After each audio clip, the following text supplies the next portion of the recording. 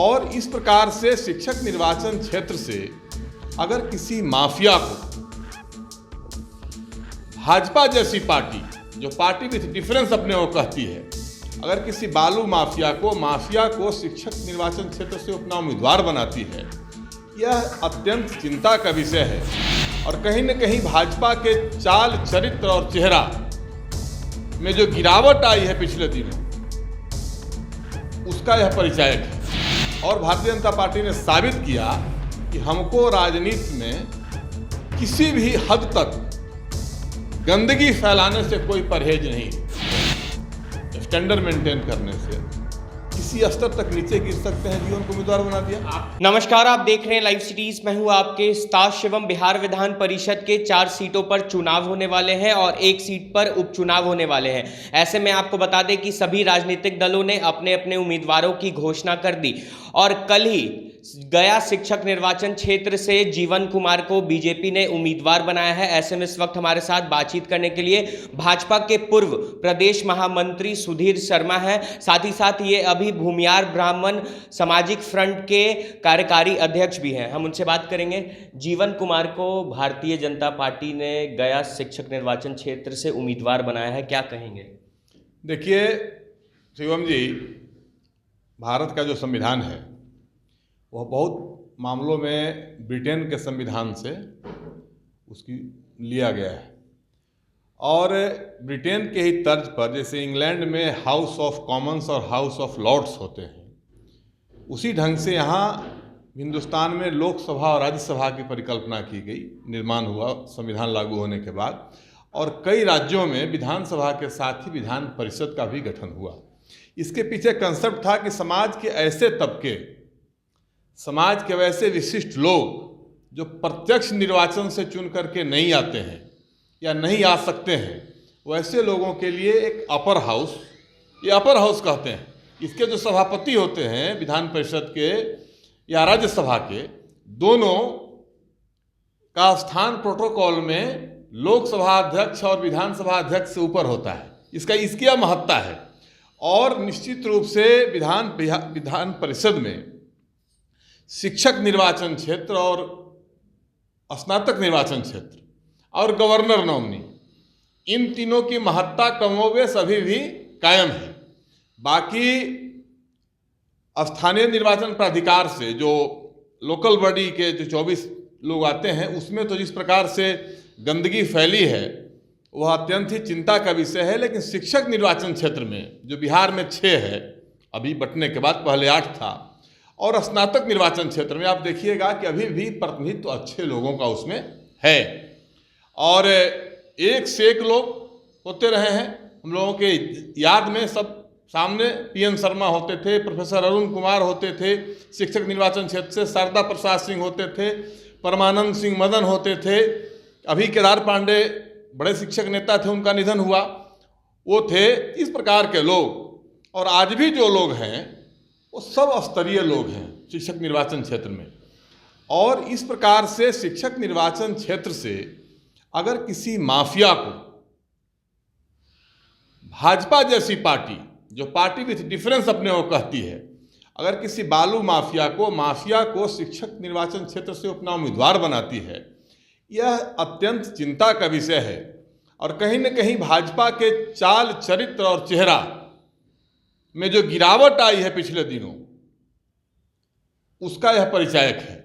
और भारतीय जनता पार्टी ने साबित किया कि हमको राजनीति में किसी भी हद तक गंदगी फैलाने से कोई परहेज नहीं है।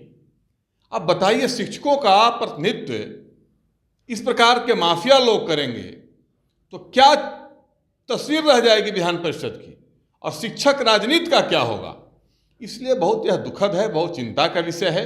इस अपर हाउस में खास करके शिक्षक निर्वाचन क्षेत्र से प्रतिनिधित्व किसी शिक्षक नेता करे, स्तरीय शिक्षाविद करे, तो बात समझ में आती है। और भारतीय जनता पार्टी द्वारा किया गया यह काम यह दर्शाता है कि भारतीय जनता पार्टी बाकी अन्य दलों की तुलना में ज़्यादा नीचे गिरावट की ओर जा रही है बनिस्बत की दूसरे दल इसके तुलना में भी स्तरीय हैं। अभी सारण से वीरेंद्र यादव को दिया है जदयू ने, उसके एमएलसी हैं, प्रोफेसर रहे हैं, वो है।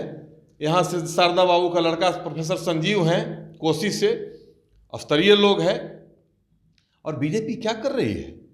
वहाँ संजीव श्याम हैं और लोग शिक्षाविद लोग हैं, और बीजेपी इस प्रकार से जो शिक्षा से दूर दूर तक इसका लेना देना नहीं है, ऐसे बालू माफिया को, और जिस पर अभी ईडी का रेड से लेकर के सब कुछ पड़ा, और उसको आप उम्मीदवार बना रहे हैं शिक्षक निर्वाचन क्षेत्र से। क्या संदेश आप देना चाहते हैं बिहार के राजनीति में? और देखिए, इन लोगों को अब कोई जो है किसी प्रकार से राजनीति में अस्तर से कोई मतलब नहीं। अभी चलाया था लोगों ने, अभी नालंदा में जाकर एक क्रिमिनल को, महेंद्र यादव को, नित्यानंद राय ने शामिल कराया पार्टी में। आप क्या कर रहे हैं साहब? इसमें भी लोग कहता है कि नित्यानंद राय की ही भूमिका है जीवन को टिकट देने में। मुझे मालूम है कि बिहार की जो चुनाव समिति बैठी, उसमें जीवन के टिकट का घोर विरोध हुआ, भाजपा के लोगों ने किया, और कई उम्मीदवार थे जो चाहते थे लड़ना, स्तरीय लोग थे, लेकिन उन लोगों को नहीं लड़ा करके पैसा लेने के कारण इन लोगों ने पैसा लिया, और इन लोगों को अब कोई मतलब नहीं है स्टैंडर्ड मेंटेन करने से, किसी स्तर तक नीचे गिर सकते हैं, जीवन को उम्मीदवार बना दिया। आप कहीं ना कहीं जीवन कुमार पर बड़ा आरोप लगा रहे हैं, उन्हें आप माफिया बता रहे हैं। मैं नहीं बता रहा हूं, सारे लोग जानते हैं ना। अभी ईडी का छापा पड़ा, और पूरा जो ये बालू का जो ग्रुप था, ये ग्रुप सब उसके पिताजी डॉक्टर अशोक, जो क्वैक डॉक्टर थे, उन्हीं के नेतृत्व में वह चलता था, और बाकी उसमें सारे माफिया लोग थे उसमें। तो मैं कोई आरोप मैं नहीं लगा रहा हूँ, ये दुनिया जानती है, आप लोग भी जानते हैं। और रुपया के बल पर इस प्रकार से काम अगर हो रहा है तो बड़ा ही दुखद है। तो आप कह रहे हैं कि भारतीय जनता पार्टी ने पैसे लेकर उन्हें टिकट दिया? अरे और क्या लेकर दिया? कौन शिक्षाविद हैं वो? शिक्षक राजनीति से उनका क्या लेना देना है? क्या उनका योगदान है सामाजिक जीवन में? आप विधानसभा लड़ाते तो कुछ बात चल सकती थी कि चलो भाई, अब बीजेपी में कोई स्तर का मतलब नहीं है, अपराधी माफिया। अब जब नित्यानंद राय ऐसा तड़ीपार गृह राज्य मंत्री है, जिसको शोभा होतकर ने तड़ीपार किया था, और पार्टी का प्रदेश अध्यक्ष बन सकता है, मर्डर केस का अभियुक्त, मर्डर केस में जेल में रहने वाला, आज जिसको शोभा होतकर अभी डीजी होमगार्ड, उसने तड़ीपार किया था, वैशाली में घुसने पर प्रतिबंध लगाया था, वह पार्टी का प्रदेश अध्यक्ष है। तो अब उस पर नहीं जाना है, लेकिन शिक्षक राजनीति को तो कम से कम स्वच्छ रहने दीजिए, शिक्षक राजनीति को तो बकस दीजिए। ग्रेजुएट पॉलिटिक्स, आज यहाँ नवल यादव है, शिक्षक नेता है, तो है, छात्र नेता रहे हैं नवल यादव, शिक्षक नेता रहे हैं, तो कहाँ किसी को एतराज है कि नवल यादव किसी दल से हो? है, अच्छी बात है। आज भी मान लीजिए केदार पांडे थे, तो बड़े शिक्षक नेता थे।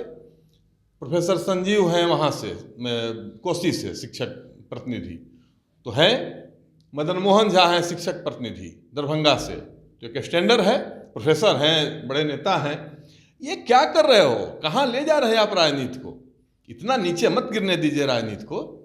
इसलिए मुझे बहुत बड़ा ही कष्ट हुआ इन चीज़ों को देख करके, और बीजेपी से तो खास करके इस प्रकार की उम्मीद नहीं रहती है लोगों को, लेकिन बीजेपी रसातल की ओर जा रही है इस प्रकार के कामों से, और इसको अब किसी भी माने गंदे से गंदे आदमी से समझौता करने में कोई परहेज नहीं।